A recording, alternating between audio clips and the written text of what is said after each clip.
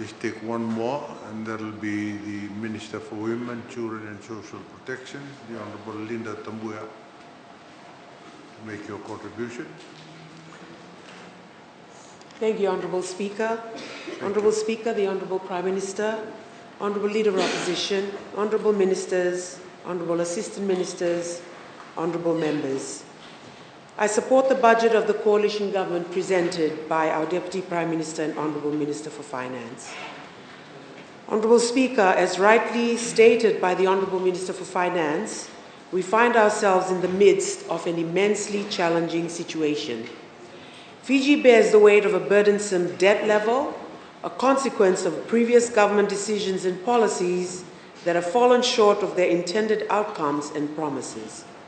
Honourable Speaker, it's likened to witnessing a boxer trapped against the ropes, enduring relentless blows one after another.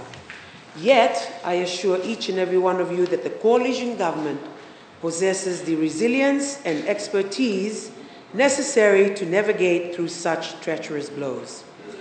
We are steadfast in our commitment under the leadership of our very able Honourable Prime Minister to ensure fiscal responsibility, reducing our debt, and propelling Fiji towards a future that is robust and prosperous for all. This budget signifies the beginning of our journey as a nation, working together to achieve our shared goals while it embodies our unwavering commitment to look out for one another and mostly our vulnerable individuals, reflecting the core of our Fijian values. Yes, Fiji, we have been absolutely honest and upfront with you. You and I will pay more VAT, but it is not for this government. It is not for this side of the house. 1/4 of the budget, $1 billion, is to pay back the huge debt left behind by the Fiji First government. It is to take care of our people who need it the most. It is to take care of our people who need it the most. Our poorest, Honourable Speaker, our 10% of people living in poverty that the Fiji First government failed to take better care of. Yes, they took care of the middle income, the higher income, the 1%ers of this country, but they forgot the 10%, bottom 10% of this country. Living in poverty, Honourable Speaker, we have not just increased the VAT outright without any benefit, Honourable Speaker. The benefit to our middle income earners is that your children do not have to carry the debt burden of TELS. Your children and grandchildren do not have to carry the massive Fiji First national debt in their future. We are paying it for it now. We are paying it. We're not borrowing more now to pay for it. Honourable Speaker, the increase in VAT now sees the priorities being put in the right place. We have prioritized your health with the increase in budget of almost $70 million. We have prioritized our women, our children, our elderly, our disabled with increase in the budget of $52 million. We have prioritized infrastructure with an increase in budget of $62 million. We are prioritizing your children's education with an increase in budget of a whopping $184 million. So, yes, the returns on paying VAT will be these increases in essential services that will benefit you and your families. And they don't understand that simple matter. They just speak on the increase in VAT. They didn't talk about the benefits that are coming. This is what balance means, Honourable Speaker. This is a well-balanced budget. We can take care of our problems. We can live within our means. We can practice self-reliance. We can take back our dignity and have some integrity in restoring our personal and national ability to look out for each other, to take care of each other, to build our nation from within, not keep running to the bank because we want to just buy and buy and buy and have an unlimited appetite to be extravagant and live outside our means and denounce. This extravagant lifestyle, Honorable Speaker, has trickled down to our people. We hear of our people who live well over 3 times, Honorable Speaker, well over 3 or 4 times the minimum wage, living in squatter settlements, and they denounce from the market vendors and the canteens, and they're struggling to pay back this denounce. So, Honorable Speaker, the denounce and living beyond our means mentality is now deeply entrenched. So we need to move our people back to self-reliance. And addressing poverty is and always has been an effective way, an efficient way of managing our resources. Honorable Speaker, that's why I'm excited about the vast increase in budget for the Itoke Affairs Ministry. Why, Honorable Speaker? Because it shows our commitment also to address poverty amongst Itoke, which showed in the statistics, the ethnic data which doesn't lie, that our people living under poverty, 75%, Honorable Speaker, are Itoke. We need to move our people from dependency and welfare, which they created, to self-reliance. Honorable Speaker, I am pleased to highlight the significant increase in the budget allocated to the Ministry for Women, Children and Social Protection. This substantial rise are particularly focused on 3 crucial areas. First and foremost, this is about the coalition government's determination to leave no room for leaving anyone behind. We fully understand the challenges they face in meeting their basic needs and making difficult choices every day. Rest assured they will be supported through an increase in the monthly amount of select social protection schemes, ensuring greater support for those in need. Furthermore, Honorable Speaker, I'd like to underline that the budget carries with it a promise to address the national crisis of gender-based violence, of 2 out of 3 women who face violence, and place a specific focus on protecting all women and girls while aiming to prevent violence against them in all their diversity. Honorable Speaker, it recognizes the urgency and the importance of fostering an environment rooted in respect, equality, and inclusivity. The coalition government has made a significant commitment to addressing gender-based violence by allocating a total budget of $1 million for the implementation of the National Action Plan. Honorable Speaker, at this point in time, I am proud to announce the introduction for the very first time by the coalition government of gender-responsive budgeting. There is an allocation of a dedicated National Action Plan budget line in this financial year with the Ministry for Education, the Ministry for Itoke Affairs, the Ministry of Youth and Sports, and along with the Department of Women. I want to thank my fellow ministers, the Honorable Randrondro, thank you, Honorable Vasu, thank you, Honorable Sokuru, for your strong support in gender equality, and there is more to come.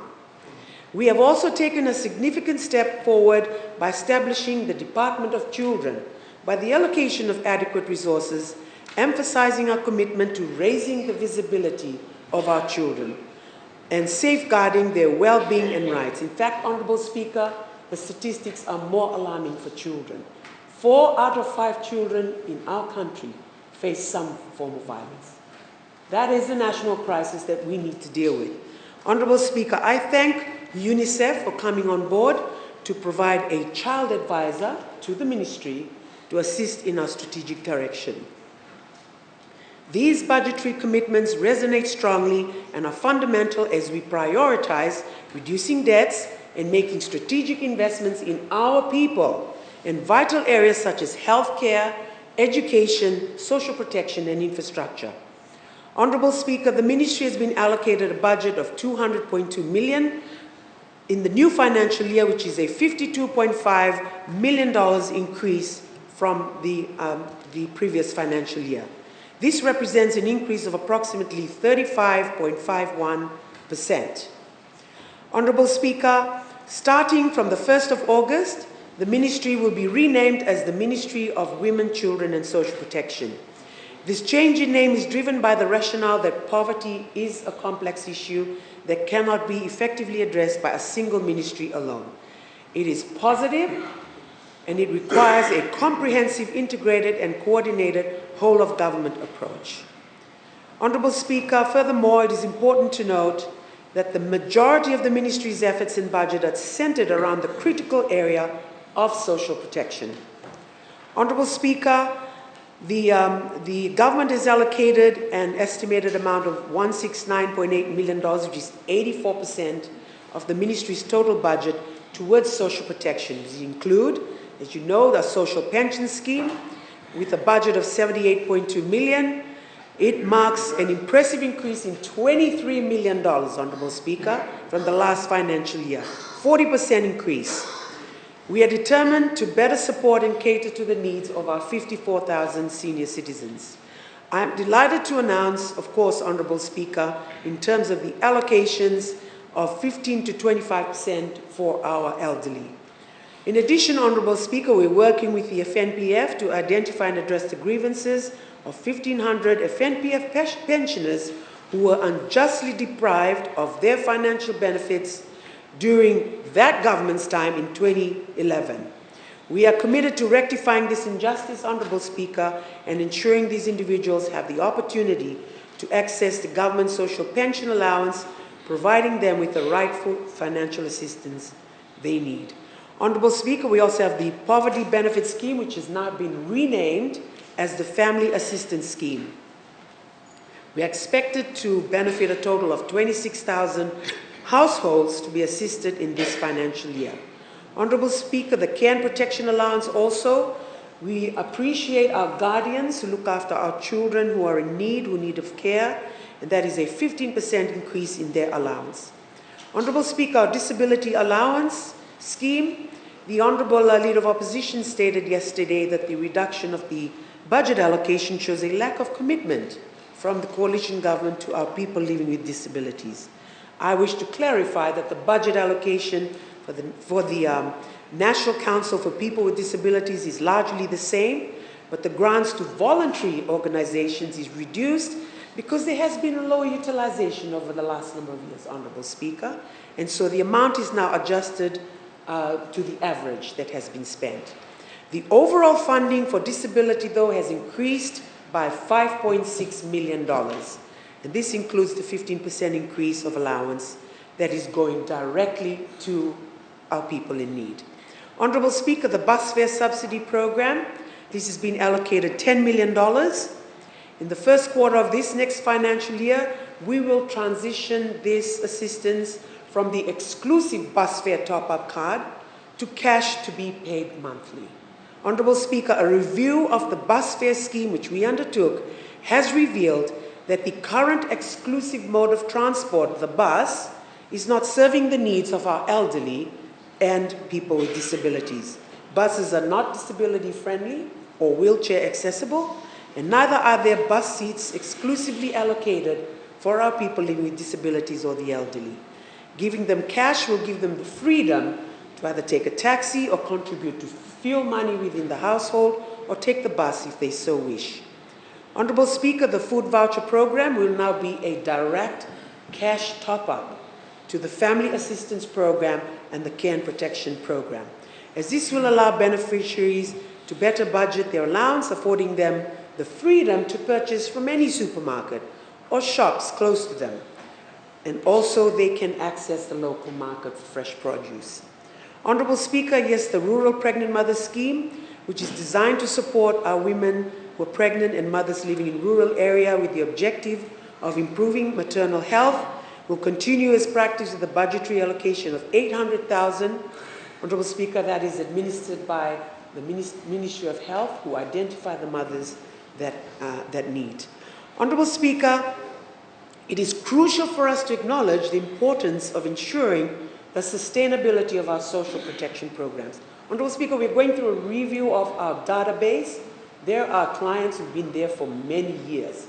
Social protection programs of a government is meant only to deal with temporary shocks.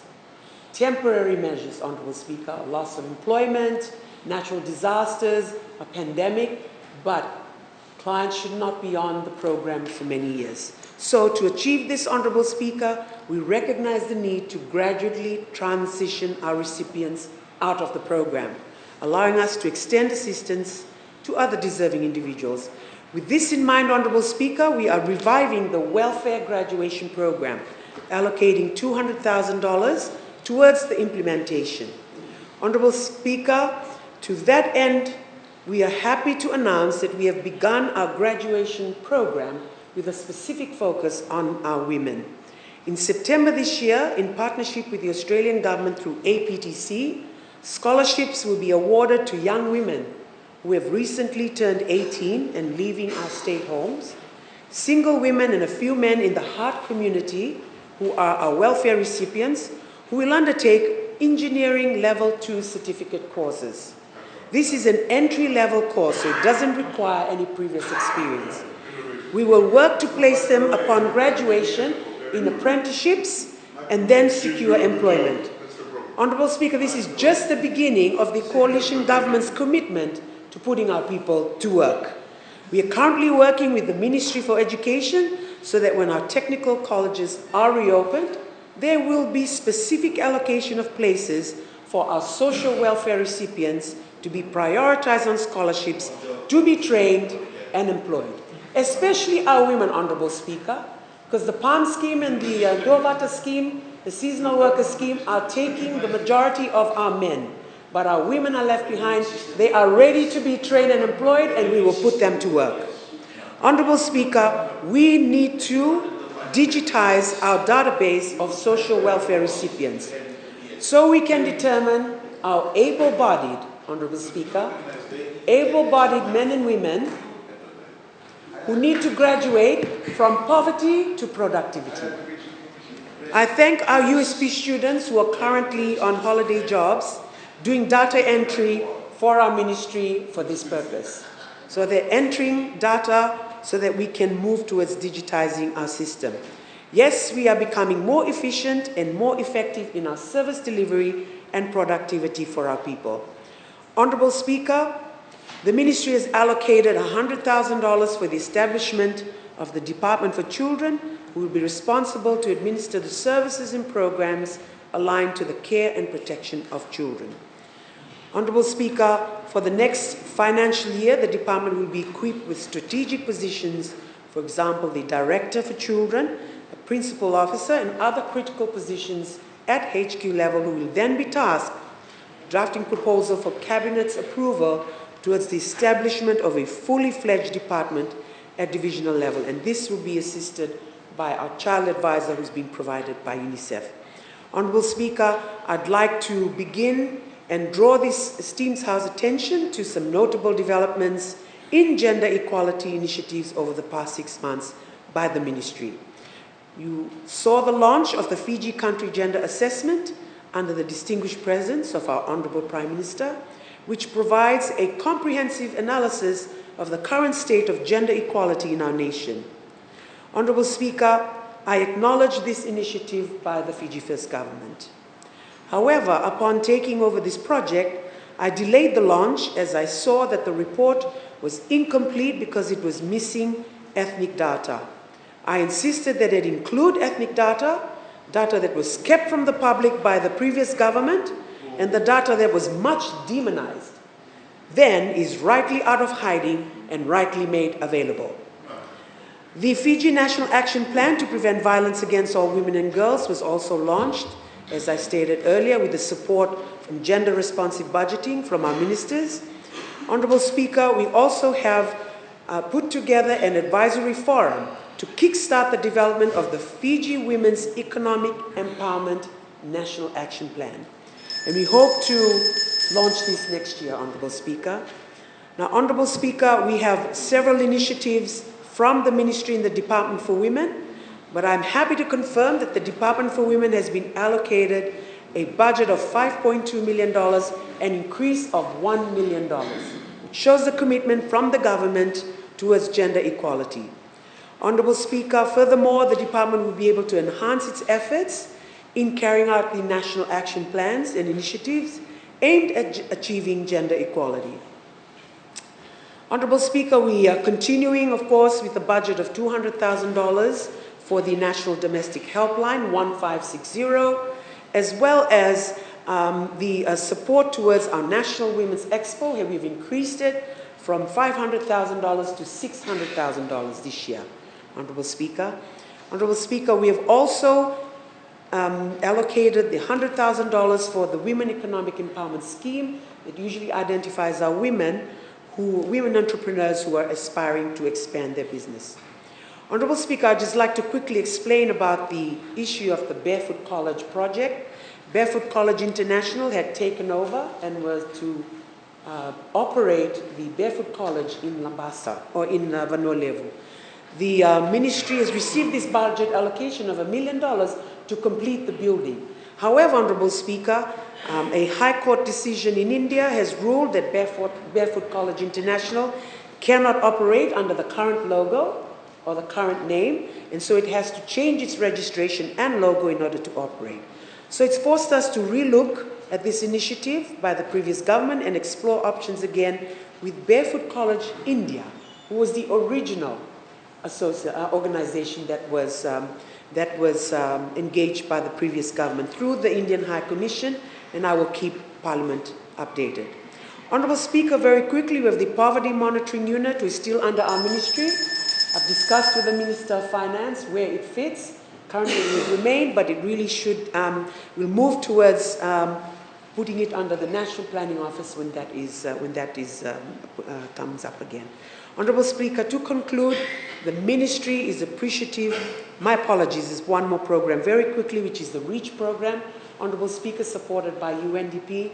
I wish to thank them, which takes our services out to the unreachable and the furthest. And I thank them for their support this year continually for the REACH program and for all the ministries that will come on board and send their people on this program. To conclude, Honourable Speaker, the ministry is appreciative of the funding that has been allocated to ensure that we deliver our services with effectiveness and innovation in our collective effort, Honourable Speaker, to rebuild a better and stronger Fiji for our people living with disabilities, our elderly, our children, and our women.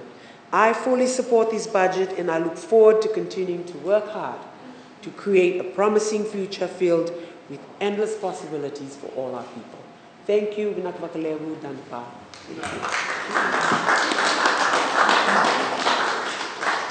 Thank you for that contribution from the Honourable Minister for Women.